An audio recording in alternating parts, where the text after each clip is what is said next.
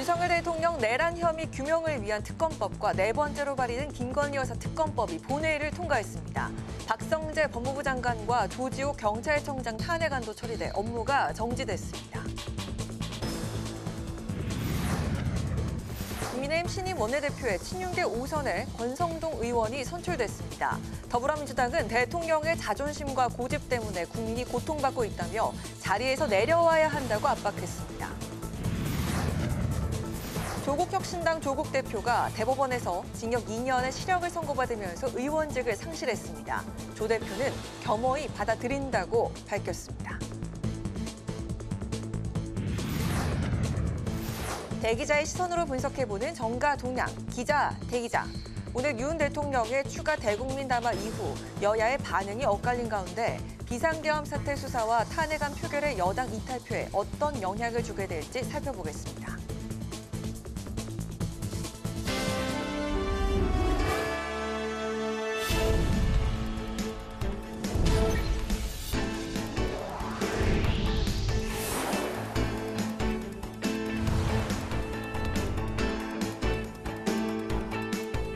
여러분 안녕하십니까? 12월 12일 목요일 국회 라이브 6 시작하겠습니다. 오늘 본회의에서는 내란 행위 진상규명을 위한 일반 특검법과 네 번째로 발의된 김 여사 특검법이 국회 문턱을 넘었습니다. 오늘 오전 발표된 윤석열 대통령의 대국민 담화에 대해 우원식 국회의장은 참담하다고 평가했습니다. 오늘 첫 소식 이소희 기자입니다.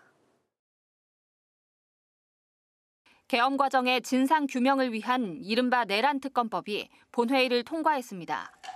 내란 특검법은 독립적 지위와 수사 역량을 갖춘 특검을 임명해 윤 대통령과 주요 혐의자의 내란 행위 진상을 규명하기 위한 법안으로 그제 본회의를 통과한 상설 특검과는 다른 일반 특검입니다.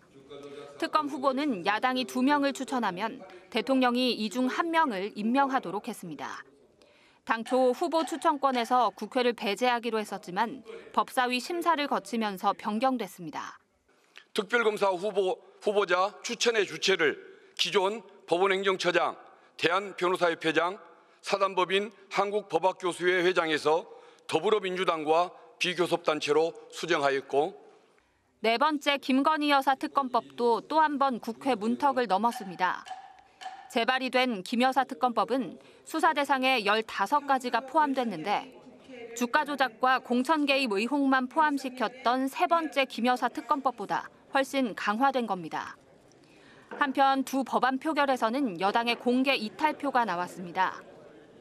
내란 특검법 표결에선 김예지, 김용태, 김재섭, 안철수, 한지아 의원이, 김 여사 특검법 표결에선 권영진, 김예지, 김재섭, 한지아 의원이 찬성표를 던졌습니다.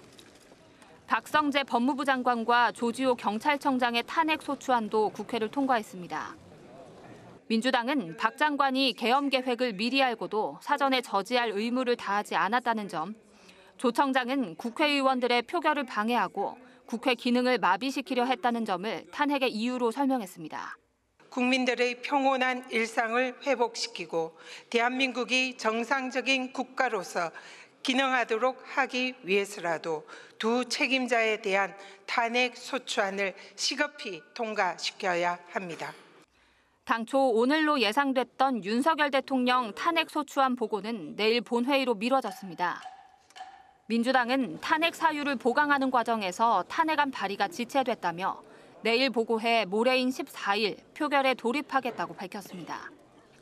한편 우원식 국회의장은 윤석열 대통령의 대국민 담화에 대해 참담하다고 평가했습니다. 대통령 담화는 계엄의 정당성을 주장하는 데 방점이 찍혔는데 우 의장은 어떤 경우에도 민주주의 헌정 질서에서 비상계엄은 용납될 수 없다고 강조했습니다. 그러면서 대통령의 담화가 또 다른 오판이나 사회적 혼란을 야기해선 안 된다며 국가적 불안정성을 정리하기 위한 여야 대표 회담을 거듭 제안했습니다. 국회방송 이소희입니다. 윤석열 대통령의 네 번째 담화 발표 이후 여당 내부 갈등이 고조되고 있습니다. 당내 갈등을 수습할 원내 사령탑에는 권성동 의원이 선출됐습니다. 보도에 강민지 기자입니다. 윤석열 대통령이 오전 긴급 추가 대국민 담화를 발표했습니다. 윤 대통령은 야당의 입법 폭주와 예산 삭감, 부정선거 의혹 등을 일일이 거론하며 계엄의 정당성을 호소했습니다. 사실상 여당의 퇴진 요구를 거부한 겁니다. 거대 야당의 의회 독재에 맞서 대한민국의 자유민주주의와 헌정 질서를 지키려 했던 것입니다. 그 길밖에 없다고 판단해서 내린 대통령의 헌법적 결단이자 통치 행위가 어떻게 내란이 될 수 있습니까? 예상치 못한 담화에 한동훈 대표는 즉각 반발했습니다. 한 대표는 원내대표 선거를 위해 모인 의원총회에서 대통령이 임기를 당에 일임하겠다는 약속을 어겼다며 강하게 비판했습니다. 특히 스스로 내란죄를 인정한 대통령을 당장 국정에서 배제해야 한다며 탄핵 당론을 주장했습니다. 사실상 내란을 자백하는 취지의 내용이었습니다. 저는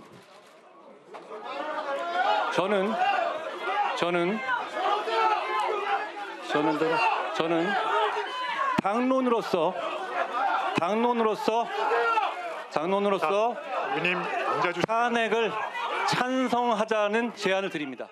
한 대표 발언에 친윤계 의원들이 고성을 지르며 의 총장은 아수라장이 됐습니다. 수사와 재판 결과도 나오기 전에 내란죄라고 단정지어선 안 된다며 강하게 항의했습니다.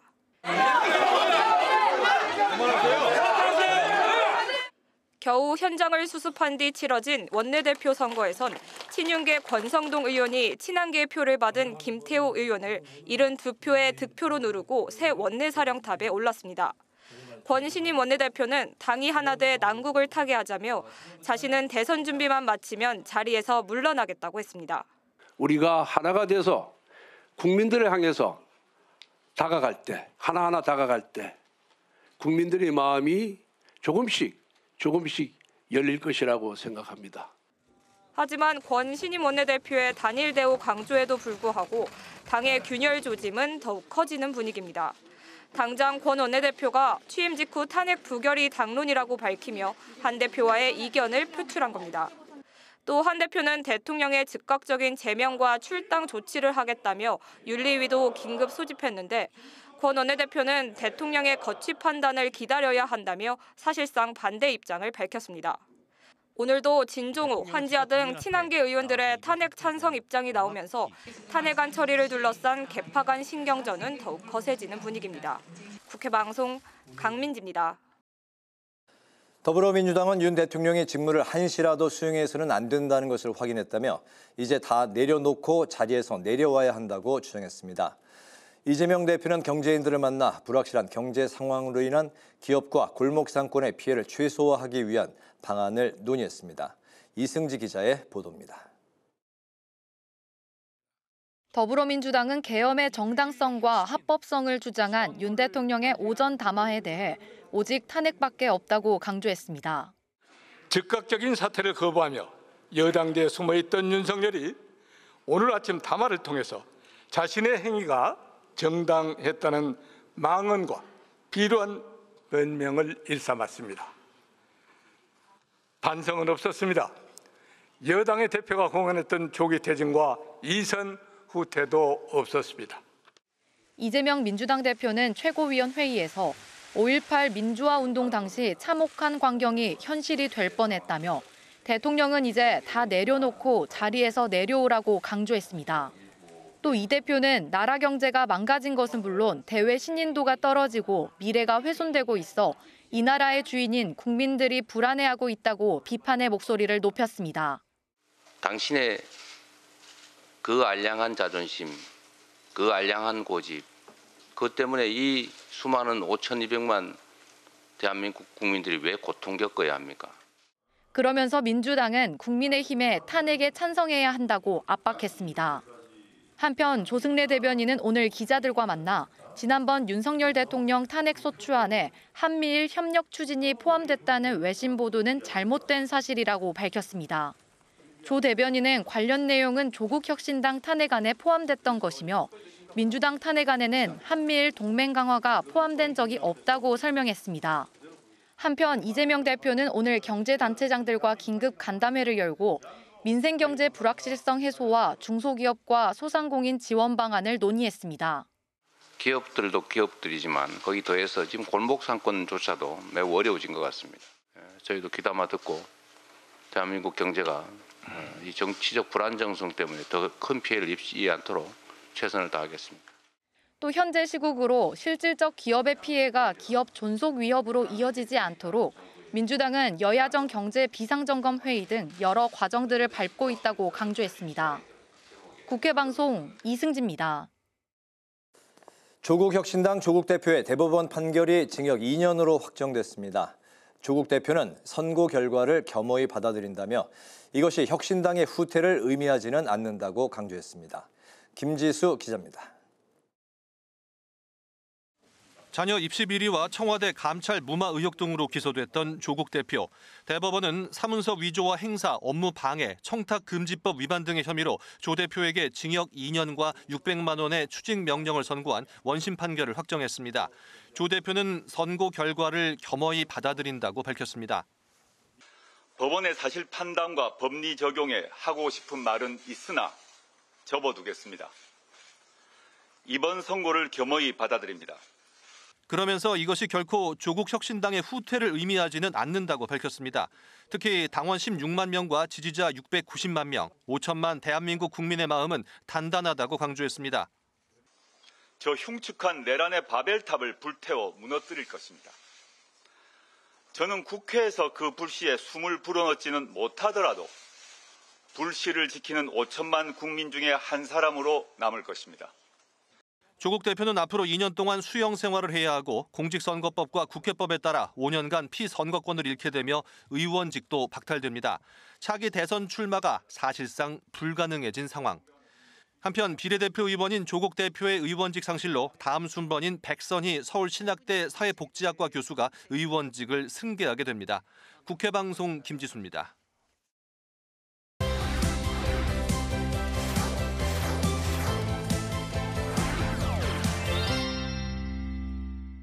이슈픽 오늘은 한규미 개건기자와 함께 대통령 탄핵 정국 흐름부터 살펴보도록 하겠습니다. 한규미 기자 안녕하세요. 네, 안녕하세요. 네, 윤 대통령에 대한 두 번째 탄핵소추안이 오는 토요일 표결에 들어가게 됩니다. 여당에서는 대통령 탄핵에 대해서 공개 찬성하는 사람들이 하나둘 늘고 있습니다.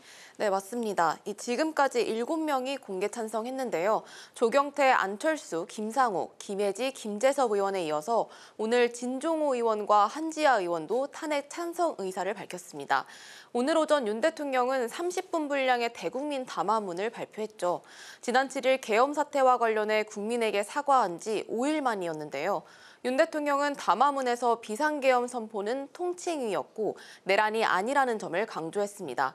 윤 대통령의 발언 들어보시죠. 하루가 멀다 하고 다수의 힘으로 입법 폭고를 일삼고 오로지 방탄에만 혈안되어 있는 거대 야당의 의회 독재에 맞서 대한민국의 자유민주주의와 헌정 질서를 지키려 했던 것입니다.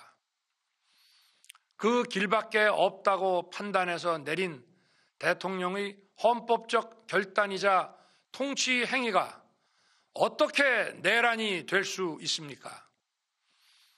대통령의 비상계엄 선포권 행사는 사명권 행사, 외교권 행사와 같은 사법심사의 대상이 되지 않는 통치 행위입니다.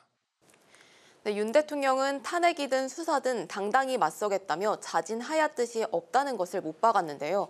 이번 담화문 발표를 두고 야권뿐만 아니라 여권 내부에서도 비상계엄을 정당화하려 했다는 비판의 목소리가 나오고 있습니다. 네, 그리고 국민의힘에선 오늘 신임 원내대표로 권성동 원내대표가 뽑혔습니다. 두세 달 잠깐이지만 이 상황을 타개해보겠다 이렇게 말했었는데 친한계와의 충돌이 불가피해 보인다. 이건 친윤계이기 때문에 어쩔 수 없다. 이렇게 지금 해석이 나오고 있는데 이 상황 앞으로 좀 어떻게 전개가 될까요? 네, 권성동 원내대표는 대표적인 이 원조 윤핵관으로 꼽히는데요.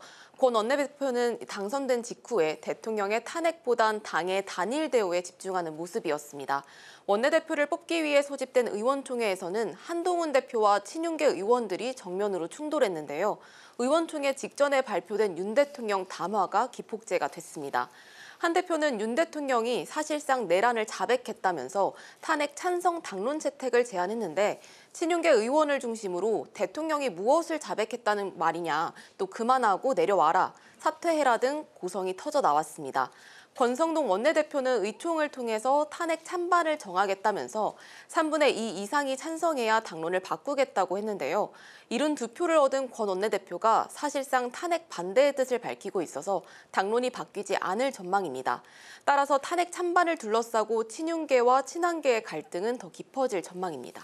네, 그리고 야당은 윤 대통령 탄핵에 계속해서 그 압박 수위를 높이고 있는데 오늘 본회의에서 내란제 특검법과 김건희 특검법이 통과가 됐습니다. 여권의 이탈표가 있었죠? 네, 오늘 국회 본회의에서 비상계엄 사태 수사를 위한 일반특검법과 네 번째 김건희 여사 특검법이 모두 통과됐습니다.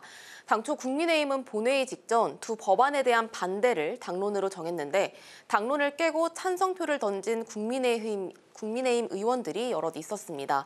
윤 대통령에 대한 탄핵 표결을 이틀 앞두고 여당에서 대통령 탄핵 공개 이탈표가 잇따라 나온 데 영향을 받은 것으로 풀이되는데요. 두 법안에 대해 윤 대통령은 법안이 이송된 다음 날부터 15일 이내로 제의 요구를 할 수 있는데 탄핵 정국에서 거부권을 행사할지는 미지수입니다. 네.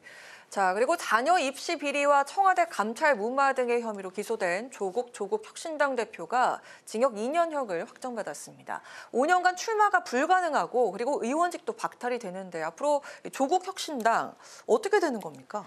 네, 대법원은 조국 대표의 자녀 입시 비리와 청와대 감찰 무마, 청탁금지법 위반 등 혐의에 대해서 1, 2심 판결을 그대로 확정했는데요.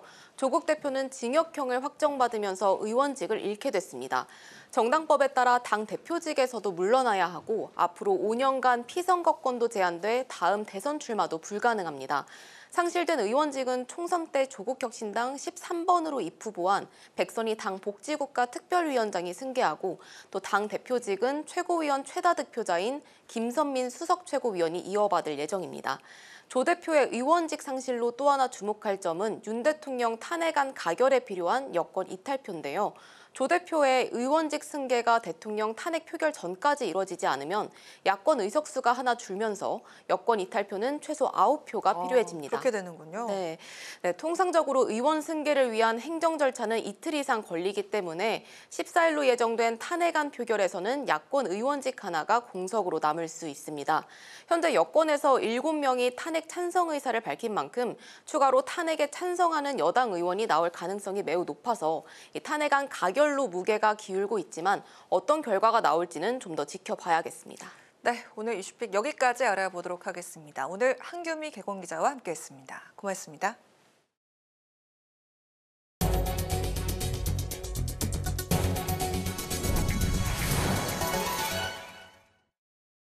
우원식 국회의장이 필립 골드버그 주한 미국 대사를 만나 12.3 계엄 사태 이후 한미 간 현안에 대해서 폭넓은 의견을 나눴습니다. 우 의장은 한국의 민주주의가 헌법과 법률에 따라 질서 있게 대처하는 충분한 역량을 보여주고 있다며 안보와 경제 등 불확실성이 확대되는 상황일수록 미국을 비롯한 우방국들의 지지와 협력이 큰 힘이 될 것이라고 말했습니다. 우 의장과 골드버그 대사는 한미 동맹이 흔들리지 않고 굳건하다는 데 의견을 같이 했습니다. 국회 입법조사처는 국회 경비대를 지금처럼 경찰 산하에 두지 않고 국회 자체 조직으로 운영해야 한다고 밝혔습니다. 입조처는 12.3 비상계엄 사태 때 경찰이 국회의원들의 출입을 막은 위헌적 상황의 재발을 막기 위해서 미국과 독일의 사례처럼 자체 조직이 필요하다고 설명했습니다. 입조처가 박균택 더불어민주당 의원에게 제출한 입법부 경비를 위한 제도 개선 방안에 따르면 국회 경비대회 국회 봉쇄는 비상계엄 하에서도 국회의원의 활동을 보장하도록 하는 헌법 77조 3항에 위배됩니다.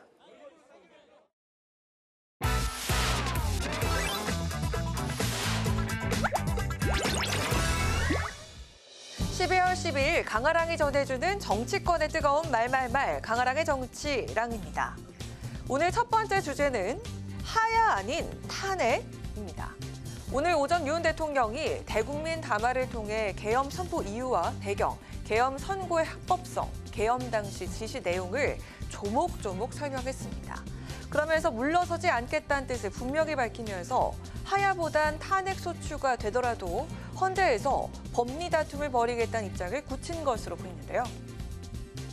저를 탄핵하든 수사하든 저는 이에 당당히 맞설 것입니다.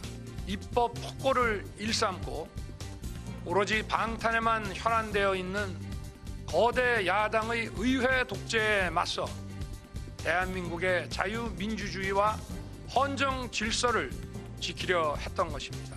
그 길밖에 없다고 판단해서 내린 대통령의 헌법적 결단이자 통치 행위가 어떻게 내란이 될 수 있습니까? 저는 마지막 순간까지 국민 여러분과 함께 싸우겠습니다. 이처럼 야당의 입법 폭거를 막기 위해 계엄을 선포했기 때문에 법적 문제가 없다는 입장인 만큼 헌재 심판을 통해 반전의 계기를 마련해 보겠다는 뜻으로도 해석되고 있는 겁니다. 그 내용은 지금의 상황을 반성하는 것이 아니라 지금의 상황을 합리화하고 사실상 내란을 자백하는 취지의 내용이었습니다.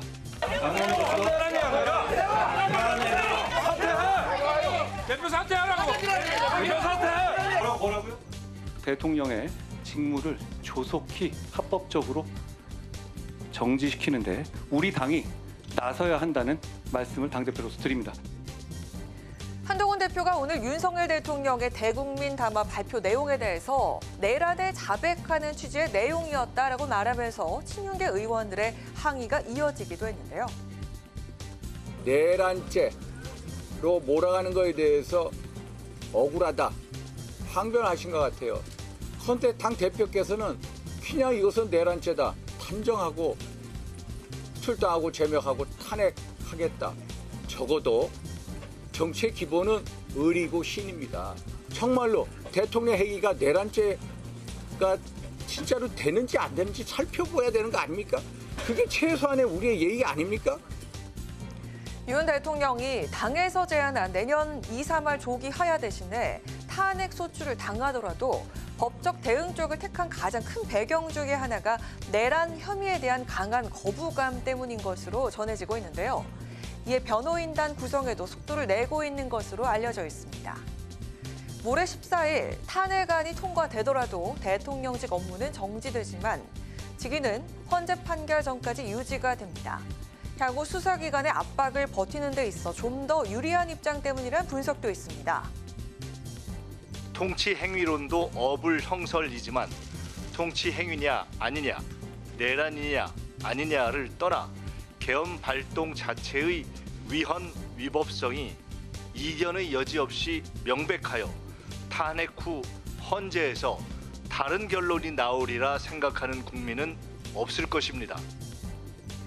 헌법 제113조는 탄핵 결정에 헌법재판관 6인의 찬성이 필요하다고 규정하고 있습니다. 9명의 헌법재판관으로 구성된 헌법재판소는 현재 국회 선출 목세 3명이 공석인 상황으로 현재 6인 체제로 탄핵 결정이 내려진다면 전원이 만장일치로 찬성을 해야 하는 건데요. 그러니까 한 명이라도 반대 의견이 나온다면 기각될 수 있는 겁니다. 하야가 아닌 탄핵 심판에 무게를 두고 대비를 시작한 것으로 보이는 윤 대통령. 모레 탄핵안 가부에 따라 본격적인 법리 다툼과 함께 정치적 혼란 또한 더해질 것으로 보입니다. 이어서 오늘 두 번째 주제는 조기 대선의 변수입니다. 오늘 국민의힘 법률자문위원장 주진우 의원이 입장문을 내고 공직선거법 위반 혐의 사건 1심에서 피선거권 박탈형을 선고받은 이재명 대표가 항소심 재판을 고의로 지연하고 있다고 비판했습니다. 앞서 이 대표는 지난달 15일 선거법 재판 1심에서 징역 1년에 집행유예 2년이라는 피선거권 박탈형이 나온 바가 있습니다. 선거법 처리 규정인 이른바 633 원칙을 적용한다면 내년 5월쯤에는 대법원 확정 판결이 나올 수 있습니다. 이 대표는 지난 9일 발송된 소송 기록 접수 통지서도 수령하지 않은 것으로 전해지고 있는데요. 이 대표가 내년 봄으로 예상되는 조기 대통령 선거일 이전에 대법원 확정 판결이 나오지 않게 하려는 전술 아니냐는 게 국민의힘의 의심인 겁니다. 지금 본인들의 정치적 책임을 져야 될 상황에 굳이 딴소리로 이런 전형적인 물타기죠. 국민들의 시선을 돌리기 위한 이재명 대표의 재판은 사법부의 역할입니다. 마침 오늘 조국혁신당 조국 대표의 대법원 선고가 결정되면서 야당 대표들의 사법 리스크가 다시금 화두에 오른 분위기인데요. 앞서 국민의힘 박정훈 의원은 이처럼 이재명 대표의 향후 정치 보복을 우려하면서 보수의 위기감을 드러내기도 했습니다. 모 눈에는 무만 보인다고 국회의원들 끌어내갖고 헌법의 기능을 갖다가 중단시키려고 했던 대통령인데 이게 누가 누구에게 할 소리는 아닌 것 같아요. 지금 뭐 지난 대선 이후 엄청나게 저는 정치보복적 수사를 당해왔는데 본인이 그러나 그건 자기 운명이라고 생각하고 이 고리를 본인이 끊지 않으면 대한민국의 미래 없다는 생각을 확실히 갖고 있거든요. 초유의 계엄 사태와 탄핵 정국 속에서 사법 리스크에 놓인 거야의 당대표 상황까지 벌써부터 정치 보복에 대한 우려마저 거론되고 있는 상황입니다. 조기 대선이 치러진다면 무엇보다 이 대표의 피선거권 문제가 주요 변수가 될 수 있는 만큼 향후 재판 처리 과정에 이목이 집중됩니다. 지금까지 강하락의 정치랑이었습니다.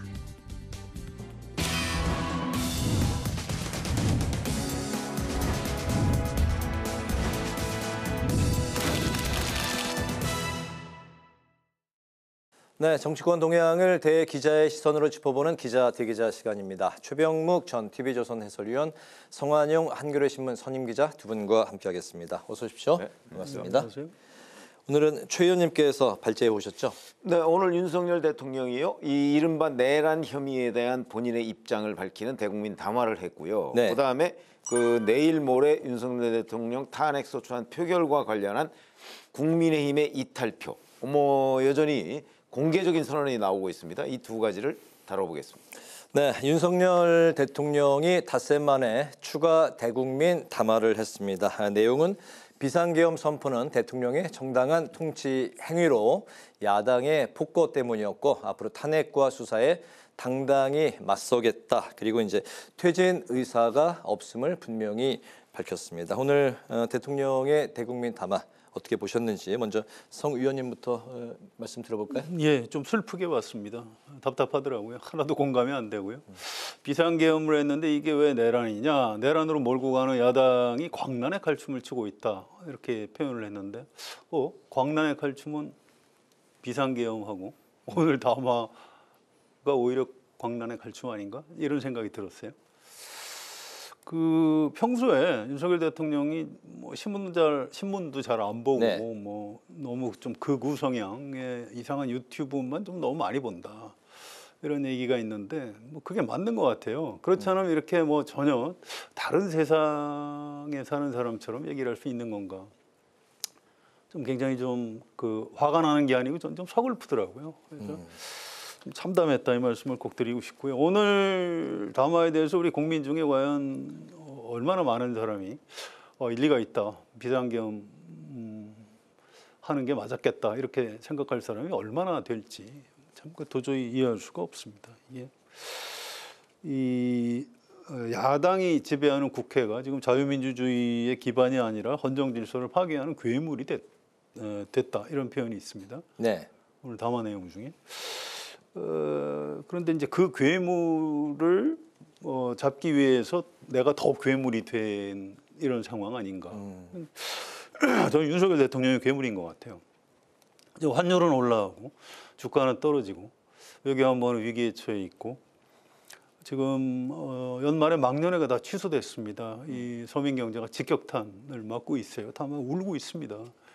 도대체 이렇게 대형 사고를 쳐놓고 지금 뭘 잘했다고 좀 저러고 있는 거지. 좀 도저히 납득할 수 없고요. 내용도 좀 몇 가지만 반박을 할게요. 대표적인 게 이제 국회에 병력을 보내는 게 이게 질서 유지를 위한 거다. 국회를 해산시키거나 마비시키려는 게 아니었다. 이런 얘기인데. 네. 아니 특수전 사령관한테 전화해서 아직 과반 안 된 것 같으니까 들어가서 몸 부시고 들어가서 끌고 와 이런 얘기했죠. 이걸 특수전 사령관이 거짓말했겠습니까? 그럴 리 없고요. 또 뭐 300명 미만 질서 유지에 필요한 소수 병력만 투입했다 그랬는데 얼추 세봐도 한 1000명이 넘어요. 현장에 동원된 계엄군이. 1000명이요? 예, 오늘 기자들이 그 숫자를 세봤습니다. 또 뭐 부사관들만 사병은 투입 안 했고 부사관들만 투입했다 했는데 그것도 바로 반박이 됐습니다. 그 여기 투입된 사병들이 있습니다. 그래서 이 내용도 이제 하나하나 다 따져 보면 상당 부분이 좀 사실이 아닌 것 같고요. 좀 도저히 지금 납득하기 어렵다. 뭐 일단 거기까지만 말씀을 드리겠습니다. 네, 굉장히 슬프게 지켜보셨고 다른 세상에 살고 있는 그런 뭐 담화문 내용이었다. 뭐 저는 뭐 생각이 좀 다른데 예를 들어서 이제 대통령이 얘기하는 이른바 통치행위론 같은 거는 이제 논란이 있는 그 법률 이론이에요. 네. 물론 통치행위라고 해서 사실 어떤 잘못도 처벌할 수 없다 이런 건 아니거든요. 네. 그 통치행위일 경우에도 그 어떤 본질적인 부분에 관해서 잘못이 있을 때는 처벌이 가능한 게 과거 전두환 전 대통령 그 사례 때 있었어요. 네. 그렇기 때문에 그 부분 따져봐야 되지만 그리고 이제 그 이른바 입법 폭거라고 하는 윤석열 대통령의 주장에 대해서 일부 사실관계는 또 맞는 측면이 있잖아요. 뭐 입법 폭거라는 게 뭐 그 꼭 위법을 했다는 얘기는 아니니까. 그러니까 자기 그 야당이 다수 의석에 힘자랑을 했다. 뭐 이런 부분에 이제 동의하는 분들도 저는 있을 거라고 생각을 합니다. 그런데 이제 윤석열 대통령 주장의 결정적인 맹점은 자 그렇다고 해서 그걸 바로잡으려고 비상계엄이라는 수단을 동원했다?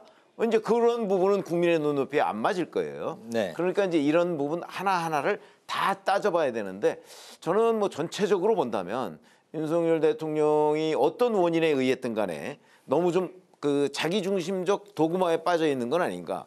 뭐 거기까지는 충분히 우리가 그 생각할 수 있는 대목이 있어요. 그래서 앞으로 이제 수사를 하거나 아니면 헌법재판소로 탄핵이 돼서 넘어간다든가 하면은 아마 오늘 대국민 담화에서 얘기한 정도의 수준으로 본인 방어에 나설 것으로 보이는데 그건 이제 대단히 법률적인 얘기이기 때문에 뭐 그거는 과정을 좀 우리가 지켜볼 필요가 있고요. 지금 뭐 내란 혐의 뭐 이렇게 얘기하는데 그거는 일종의 혐의일 뿐이에요. 그런 부분도 앞으로 수사나 뭐 또는 뭐 헌재나 이런 그 심리 과정에서 그 과연 그 혐의가 인정되느냐 하는 부분은 저는 지켜볼 필요가 있다고 생각을 합니다. 네네. 이런 가운데 오늘 그 진종호 한지아 그 국민의힘 의원이 윤 대통령 탄핵에 이제 추가로 찬성하겠다는 입장을 밝혔습니다. 어제도 5명이었나요? 네, 5명이었죠. 이탈표 나왔고. 공개적으로 찬성 입장을 밝힌 사람이 5명이었습니다. 이 추세라면 모레 있을 탄핵 의결 투표에서 좀 탄핵 쪽으로 가는 분위기가 아니냐 이런 예상이 나오고 있네요. 아시다시피 8명만 이제 국민의힘에서 넘어오면 야권 192명은 뭐 확고한 것으로 보이고요. 그렇기 때문에 8명이면 지금까지의 5명에 오늘 진종호 한지아 의원까지 합치면 7명이에요. 1명 남았어요. 그런데 이제 어느 보도에 따르면 익명을 요구한 뭐 국민의힘 의원 중에 나도 찬성한다 뭐 이런 사람이 있었다고도 보도가 되고 있어요. 네. 그런 것들을 보면 이제 내일 이제 하루 더 시간이 있고 그러면 아마도 국민의힘 의원들 사이에서 그 8명 이상의 찬성자가 나올 가능성은 대단히 높다. 저는 그렇게 봅니다. 그렇게 보시는군요. 그렇게 되면 내일 모레 그 표결 과정에서 이제 탄핵안이 가결될 가능성이 아주 높은 거죠. 어떻게 보십니까? 그러니까 이게 자유투표를 할지 지난번처럼 또 본회의장 안 들어가고 의원총회를 할지 그건 아마 모레 그 투표 직전에 아마 결정을 할 겁니다. 의원총회에서 뭐 권선동 신임 원내대표가 그렇게 결정을 하겠다고 밝혔죠? 결정을 한다고 다 따를 거예요. 그럴 것 같지도 않고요. 지난번에도 결정을 했는데 몇 명이 들어가서 투표했지 않습니까? 네네. 그래서 이번에도 그렇게 결정을 한다고 따를 것 같지는 않은데 아무튼 자유투표를 하게 되면 무기명 투표이기 때문에 이제 몇 명이나 찬성을 할 것인가 이제 이런 게 관심사입니다. 근데 저는 이게 이 친한동훈, 친윤석열 이렇게 따질 일이 아니라고 봅니다. 이 자유투표를 해서 국회의원 300명이 들어가서 표결을 만약에 하면 지금 여론조사에서 대략 윤석열 대통령 즉시 퇴진이나 탄핵에 찬성하는 여론이 한 7, 80% 되거든요. 그 숫자가 나올 것 같아요. 그러니까 300명 중에 한 210명이나 240명 사이에서 아마 찬성 표가 나올 겁니다. 어차피 국회의원이라는 게 국민을 대표하는 사람들이기 때문에 크게 보면 민심을 반영할 수밖에 없는 겁니다. 240명 선이요? 210명에서 240명. 240명, 70%면 210명, 80%면 240명이 되죠. 그래서 그 중간쯤의 숫자가 나올 것 같고, 이거 물론 자유투표를 한다는 전제입니다. 그렇게 따지면 계산을 하면 국민의힘 의원 108명 중에 한 10명에서 한 40명 정도가 찬성을 할 것이다 이렇게 보고요. 자유투표를 안 하는 결정을 하면 굉장히 좀 무리한 결정이긴 합니다. 네. 전 그래도 한 10명 이상은 본회의장에 들어가서 찬성을 할 것이다. 오늘 이 시간 현재 그런 거고요. 상황으로는 예, 내일 되면 그 숫자가 더 늘어날 것이다. 이렇게 했죠. 현재 이 상황에서는 두 분 다 이제 대통령 탄핵 가결 우세 상황으로 이제 점치고 계신데, 지금 이제 권성동 신임 원내대표는 당론은 탄핵 부결이다. 한동훈 대표는 탄핵을 당론으로 하는 걸 제안한다. 이렇게 이제 당 대표와 원내 대표 간에 굉장히 그 극단적인 엇갈리는 행보를 보이고 있습니다. 앞으로 이제 아니 저는 그렇게 보지 않습니다. 아 그렇습니까? 권성동 원내대표의 말을 잘 한번 보세요. 지금까지는입니다. 지금까지는. 네. 지금까지는 당론이 탄핵 부결이잖아요. 본인이 오늘 이제 원내대표로 선출이 됐습니다. 지금까지는 부결이에요. 그러니까 이제 앞으로 그 내일 모레 그 투표를 앞두고 의원총회를 하든지 할 거 아니겠어요? 물론 이 당론 부결을 이제 뒤집으려면 3분의 2가 찬성을 해야 됩니다. 만약에 그렇게 해서 뒤집히지 않는다고 할지라도 과연 그럼 당론 부결이 이제 유지되고 있는 겁니다. 그 상황이 되면. 그렇다고 해서 국민의힘 의원들이 그러면 그 표결에 뭐 불참하거나 뭐 이렇게 될 수 있을까요? 아까 우리 성 기자님 말씀하신 것처럼 그렇게 지금 이미 그 둑은 저는 무너졌다고 봅니다. 탄핵을 이제 때문에. 전제로 말씀을 드렸던 거는 두 사람이 이제 그 많이 다른 뭐 현재로서의 그러니까 행보 지금까지가 다른 거고 그로 인한 앞으로 이제 국민의힘을 좀 전망해 보려고 말씀을 드렸는데 그러니까 그런 거고 내일 모레쯤 되면 그 두 사람 간의 차이가 별로 없을 수 있다니까요. 왜냐하면 이제 권성동 원내대표도 도저히 뭐 이 표결 참여 자체를 막을 수는 없겠구나. 그렇게 되면 아마 자유투표로 갈 가능성도 있고 뭐 여러 가지 표결 방식이 있을 수 있거든요. 지난번처럼 이제 뭐 불참을 통해서 부결 아마 이거는 못 할 거예요. 그러니까 이번에는 이제 당론 부결 뭐 그러되 자유투표 뭐 이럴 수도 있고 여러 가지 같은 방법이 있을 수 그렇다면 있습니다. 앞으로 이제 국민의힘 내부에서 당 대표와 이제 원내 대표 한 배를 타고 계속 쭉 순항할 수 있을까요? 순항은 안 되겠죠. 그러나 결정적으로 그럼 갈라질 것인가? 그 부분은 이제 전망하기가 쉽지가 않은데 저는 권성동 원내대표가 이제 원조 친윤이긴 하지만 최근에 친윤으로부터 좀 멀어졌거든요. 그렇게 보면 아마 무작정 친윤 감싸기를 하지는 않을 거라고 봅니다. 그러면은 권성동 원내대표 5선 아닙니까? 5선은 5선에 관록이 있기 때문에 아마 오히려 용산 대통령실, 왜냐면 그때쯤 되면 대통령은 직무 정지가 돼 있을 가능성이 높거든요. 그렇게 되면 대통령실과 국민의힘 간의 그 첨예한 갈등 이런 부분을 오히려 본인이 아마 좀 그 완충작용을 할 가능성도 있다. 그렇군요. 이렇게 생각을 합니다. 현재 국민의힘을 바라보는 시선은 한 지붕 두 가족이다. 이런 시선이 굉장히 안 좋죠. 그걸 권성동 신임 원내대표도 잘 알고 있을 겁니다. 5선 국회의원을 그냥 하는 건 아니에요. 그래서 지혜롭게 판단할 것 같고요. 윤여준 전 장관이 방송 인터뷰에서 이런 얘기를 했어요. 국민의힘 대선 후보였던 윤석열 대통령이 이렇게 비상계엄을 해서 민심에 큰 파장을 일으켰다. 이걸 국민의힘이 오히려 탄핵에 앞장서도 지금 국민으로부터 용서를 받을까 말까 한 이런 상황이다. 이런 표현을 했습니다. 저는 그 말이 꽤 일리가 있다고 보고요. 권성동 원내대표가 오히려 친윤석열계 의원들을 잘 설득을 해서 아예 그냥 당론을 찬성 쪽으로 바꾸는 게 현재로선 전 제일 좋다고 생각을 합니다. 그렇게 해야 국민의힘이 분열되지도 않고요. 그게 이제 좀 어렵다면 이 국민의힘 의원들 중에 대구 경북을 중심으로 이 탄핵 절대로 하면 안 된다는 의원들도 꽤 있습니다. 그래서 정 안 되겠다 싶으면 이제 자유투표를 선택을 하겠죠. 그런데 자유투표를 하기로 결정만 돼도 사실상 윤석열 대통령 탄핵에 찬성하는 결정을 하는 거나 결과적으로 마찬가지가 될 겁니다. 그래서 자유투표 여부에 달려 있다. 그렇습니다. 네. 어쨌든 이 한동훈 대표하고 권성동 원내대표가 싸우는 모습을 보이는 거는 일반 국민 눈높이에서 볼 때 굉장히 부적절합니다. 쓰나미가 몰려오는데 바닷가에서 지금 멱살잡이를 하는 것 같은 아주 좋지 않은 모습이기 때문에 좀 해소를 해줬으면 참 좋겠습니다. 네. 민주당이 대통령 담화 발표 이후에 대통령을 이제 뭐 강도 높게 이제 비판을 했고 두 번째 탄핵안도 발의를 했습니다. 이제 그 앞서서 대통령의 내란 혐의를 규명하기 위한 특검법과 또 이제 김 여사 특검법도 통과가 됐는데요. 하지만 이제 현재로서는 윤 대통령이 특검법에 대해서는 거부권을 행사할 수 있고 특검 임명 권한도 갖고 있기 때문에 특검까지 이제 변수가 이제 많이 존재하는 상황인데요. 근데 국회에서 이제 표결이 되면 법안을 정부로 이송을 하죠. 네. 이송한 게 통상적으로 하루나 이틀 정도 걸려요. 그러면 오늘 했으니까 아마 빨라야 내일 아니면 이제 모레가 될 거예요. 네. 근데 이송 받자마자 거부권 행사하나요? 보통 그렇게 하지 않아요. 그런 점으로 본다면 아마 윤석열 대통령이 시간이 좀 충분하다면 저는 거부권을 행사할 거라고 봅니다. 네. 근데 행사할 시간이 거의 없어요. 내일 모레 오후 5시에 만약에 탄핵안이 가결이 된다면 거부권을 행사할 시간이 없기 때문에 네. 이제 그렇게 되면 한덕수 대통령 권한대행이 되겠죠. 그때는 권한대행이 이제 그 여부를 결정을 해야 되는 거거든요. 그럴 경우에는 그건 이제 한덕수 대행한테 달려 있는 거죠. 그러니까 아마 윤석열 대통령이 이 그 내란 혐의에 대한 본인의 일종의 셀프 거부죠. 네. 아마 그럴 시간적 여유가 없을 것이다. 기회도 없을 것이다. 그렇다면 그렇게 이제 봅니다. 김 여사 특검법이 이제 본회의 통과했는데 네.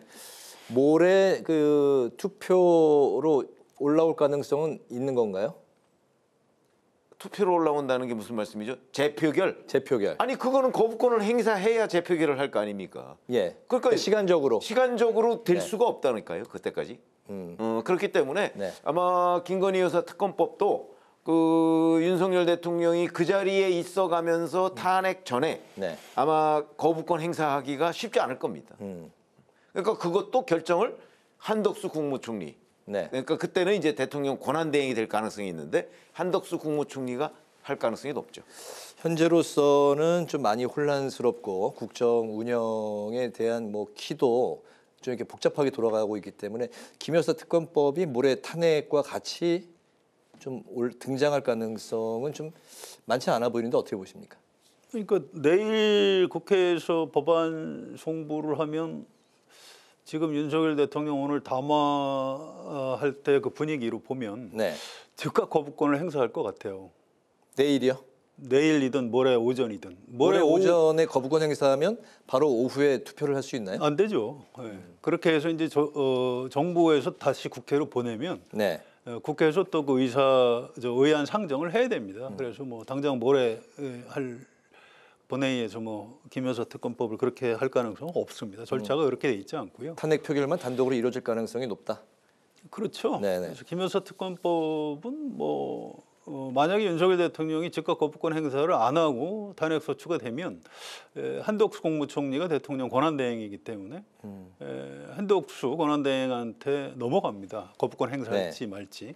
그걸 이제 한덕수 권한대행이 어떻게 할지 참 굉장히 궁금해요. 그동안 이거 위헌이다 그래서 이제 강하게 뭐 거부권 행사를 국무회의에서 건의를 하고 했는데 지금 분위기로 보면 이거 이제 잘못 그 거부권 행사했다가는 이 네. 권한대행도 국무총리도 지금 탄핵당할 위험이 있거든요. 그래서 한덕수 국무총리가 어떤 선택을 할지 기자로서 좀 굉장히 좀 궁금한 대목 중에 하나입니다. 그렇군요.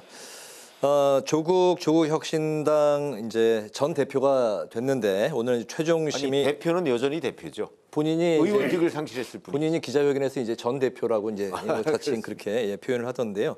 대법원에서 징역 2년이 확정이 됐습니다. 앞으로 이제 그 조국 대표의 좀 미래 포함해서 오늘 선고 결과 좀 어떻게 보셨습니까? 뭐 이 선고 결과는 아시다시피 처음에 기소된 이후에 지금 5년 만에 확정 판결이 나온 겁니다. 네. 특히 1심 같은 경우는 1심을 3년 넘게 지지부진하게 지금 끌어왔던 것이고요. 저는 뭐 조국 대표가 받고 있는 여러 가지 혐의에 대한 증거가 워낙 많습니다. 그렇기 때문에 오늘 조국 대표가 기자간담회를 통해서 본인이 그동안에 무리하게 여러 가지 했던 주장에 대해서 좀 반성을 좀 했으면 어떤가 하는 뭐 그런 기대도 했었는데 끝내 그에 대한 반성은 없더군요. 또 내지는 국민에 대한 사과도 없었고요. 그런 점에서 본다면 뭐 아마 국민들로서는 조국 대표의 어떤 본질적인 이 그 범죄 혐의에 대한 인식, 그거는 확정 판결이 나온 뒤에도 별로 그렇게 긍정적으로 변하지는 않을 것이고, 물론 본인에 대한 뭐 적극적인 지지층은 뭐 열광할지 모르겠으나 적어도 중도층으로서의 그 일종의 뭐 이해하려는 어떤 국민적 분위기, 이런 데에는 전 실패했다, 조국 대표가. 그렇기 때문에 정치적 미래도 물론 앞으로 전국 상황이 뭐 정권이 뭐 윤석열 정부가 계속 정권 재창출을 할 것이냐 아니면 뭐 정권 교체가 될 것이냐 이런 거에 따라 조금씩 다르지만 정치적으로 재개하는 것이 결코 쉽지는 않을 것이다, 이렇게 봅니다. 그렇군요. 조국 대표 전 대표의 대선 출마 가장 이제 뭐 포인트가 될 것 같습니다. 정치적 미래 어떻게 보십니까? 뭐 쉽지 않을 겁니다. 이제 본인은 굉장히 뭐 억울한 게 있겠지만 어쨌든 오늘 대법원 판결 수용한다고 했고요. 이게 당사자는 억울하다고 생각하고 또 이제 그 조국 대표를 좋아하는 분들은 이건 윤석열 정권의 탄압이다 이렇게 생각을 하겠습니다만 대법원의 최종 판결은 뭐 불복할 방법이 없어요. 그래서 이제 수용하는 게 당연한 거고요. 또 이게 의원직만 상실하는 게 아니고 정당법에 따라서 대표직도 할 수가 없게 돼 있습니다. 그래서 이제 전 대표라고 불러달라고 한 거고요.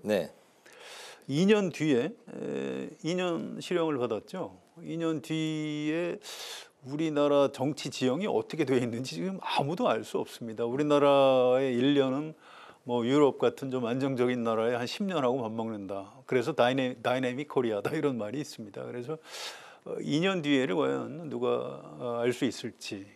조국 전 대표가 이제 다음 대선에 출마할 수가 없는데 모르겠습니다. 이제 혹시 정권이 바뀌어서 민주당 출신 누군가 새 대통령이 돼서 사면복권을 해주면 다음 대선에 나올 수도 있지 않느냐 이렇게 상상을 할 수 있겠습니다만 그건 말 그대로 이제 상상에 불과하고요. 좀 굉장히 지금부터 엄혹한 시간을 맞을 수밖에 없고 조국 혁신당도 조국 없는 조국 혁신당 유지하기가 참 쉽지가 않을 것이다. 그래서 조국 전 대표는 이제 형을 살아야 되기 때문에 굉장히 인간적으로도 힘든 시간을 보내야 되고요. 조국 혁신당도 정치적으로 존립을 위협받게 되는 굉장히 엄혹한 시간을 맞을 수밖에 없다. 이렇게 말씀드리겠습니다. 네. 마지막 질문은 그 시간 관계상 좀 짧게 듣도록 하겠습니다. 이재명 대표가 현재 여러 재판을 받고 있고 앞서 이제 선거법 위반으로 이제 실형을 이제 받았는데 2심을 이제 앞두고 있습니다. 원래 이제 뭐 딱히 정해져 있지는 않지만 뭐 그 기존의 633 뭐 이런 이제 뭐 원칙도 있다고 하는데 현재 그 국민의힘에서는 이재명 대표가 재판에 나오지 않고 있고 2심 재판 변호인도 선임하지 않고 있는 게 재판 연기를 위한 뭐 일종의 좀 꼼수가 아니냐 하는데 그 이재명 대표 좀 어떻게 진행이 될까요? 그거는요. 재판 지연을 위한, 그러니까 소송 기록도 지금 받지 않고 있는 거잖아요. 소송 기록을 받아야 2심 재판이 개시가 되거든요. 그런 것들을 보면 명백하게 재판 지연의 의도가 있다고 저는 봅니다. 그런데 이제 그 문제를 2심 재판부가 어떻게 판단하느냐 이 문제거든요. 이건 재판을 자꾸 지연시키려고 하는구나 라고 해서 재판부가 빨리 진행할 수가 있어요. 그렇지 않고 그냥 통상적으로 왜 이러지? 그러다가 이제 재판 뭐 한두 번 연기해주고 이러다 보면 3개월 금방 갑니다. 그러니까 2심 재판부의 그 재판 운용 방식에 따라서 그 이재명 대표의 재판 지연 전략이 먹힐 것이냐 먹히지 않을 것이냐 이게 판가름 날 거로 봅니다. 2심 재판부 의지에 달려 있다. 무슨 사정이 있는지는 전 잘 모르겠어요. 그런데 지금은 뭐 비상계엄인 탄핵 소추니에서 정신이 없기 때문에 그쪽으로 별로 사람들이 관심을 기울이지 않고 있습니다. 그런데 윤석열 대통령 탄핵 소추안이 가결이 되고 일단 매듭이 좀 지어지면 이제 사람들 관심사가 그쪽으로 쏠릴 겁니다. 하면서 이재명 대표는 왜 재판 안 받지? 이렇게. 그럼 거기에 대해서 이재명 대표가 답변을 해야 돼요. 그래서 계속 이렇게 지연 전략을 쓸 수는 없다고 생각하고요. 아무튼 윤석열 대통령을 빨리 탄핵시켜서 60일 내에 다음 대선을 치르면 내 2심 재판 선고가 나오기 전에 얼른 대선을 치러서 대통령이 당선될 수 있다. 뭐 설마 이재명 대표가 뭐 그렇게 얍삽하게 계산을 하리라고 생각은 하고 싶지 않고요. 네. 우리 국민은 윤석열 대통령은 윤석열 대통령이고 이재명 대표는 이재명 대표다. 그러니까 윤석열의 비상계엄과 뭐 내란 그건 그거고 또 이재명의 뭐 사법 리스크는 또 사법 리스크다 이렇게 분리해서 생각할 걸로 봅니다. 이 묘한 게요. 이 두 사람이 지난 대선 때 아슬아슬하게 승부가 났고 그 이후에 지금까지도 계속 어떤 일종의 적대적 공생 관계를 맺어왔는데 이 적대적 공생 관계에서는 일반론인데요. 한쪽이 무너지면 다른 한쪽도 흔들릴 수밖에 없는 겁니다. 그래서 지금은 좀 상상하기가 어렵지만 윤석열 대통령이 탄핵 소추되고 또 실제로 탄핵이 되고 이런 장면이 벌어지면 이재명 대표의 현재로서는 뭐 차기 대선 주자에서 1등을 달리고 있지만 네. 그 위치도 아마 지금과 같지는 않을 것이다 이렇게 예측을 합니다. 네. 두 분의 한 줄 논평을 들으면서 오늘 이 시간 마무리하겠습니다. 먼저 성 의원님부터 들어볼까요? 네, 오늘 윤석열 대통령 담화 얘기를 안 할 수가 없습니다. 이게 이 계엄을 한 이유가 과거 계엄하고 좀 달리 이 위기 상황을 국민한테 알리기 위해서 호소하는 비상조치였다 이렇게 네. 얘기를 하는데 오늘 담화 내용을 그냥 담화를 하시면 되지 왜 비상계엄을 먼저 해가지고 뭐 그러는지 좀 도저히 이해할 수 없고요. 뭐 국회에서 자꾸 위헌적인 특검법을 추진하고 또 뭐 공직자들을 탄핵하고 이거 뭐 안 된다. 국정을 마비시켰기 때문에 비상계엄을 했다 이런 논리인데 아니 총선 참패했으면 어차피 야당하고 대화를 해서 대통령이 국정을 이렇게 풀어갈 생각을 해야지. 야당 만나지도 않고 맨날 그 비난만 하고 그러다가 비상계엄을 하면 어떡합니까? 또 중앙선거관리위원회 전산 시스템에 문제가 있어서 국방부 장관한테 그걸 점검하도록 지시했다는데 그걸 왜 국방부 장관한테 지시를 해요? 그거는 중앙선관위에다가 얘기해서 아이고 아무리 봐도 이상하다. 좀 점검해봐라. 이렇게 얘기하면 되는 겁니다. 도저히 지금 말이 안 되는 얘기를 하고 네. 있고요. 그래서 오늘 한 줄 논평은 좀 독하게 하겠습니다. 국민을 부끄럽게 만든 최악의 대통령이라고 하겠습니다. 네, 주 의원님.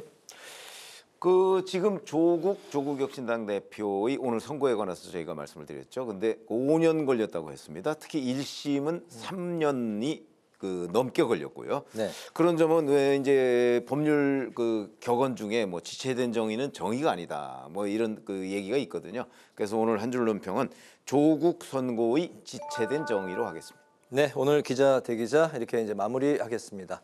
지금까지 최병묵 전 TV조선 해설위원, 성환영 한겨레 신문 선임 기자 두 분과 함께 오늘의 전국 현안을 살펴봤습니다. 말씀 잘 들었습니다. 고맙습니다.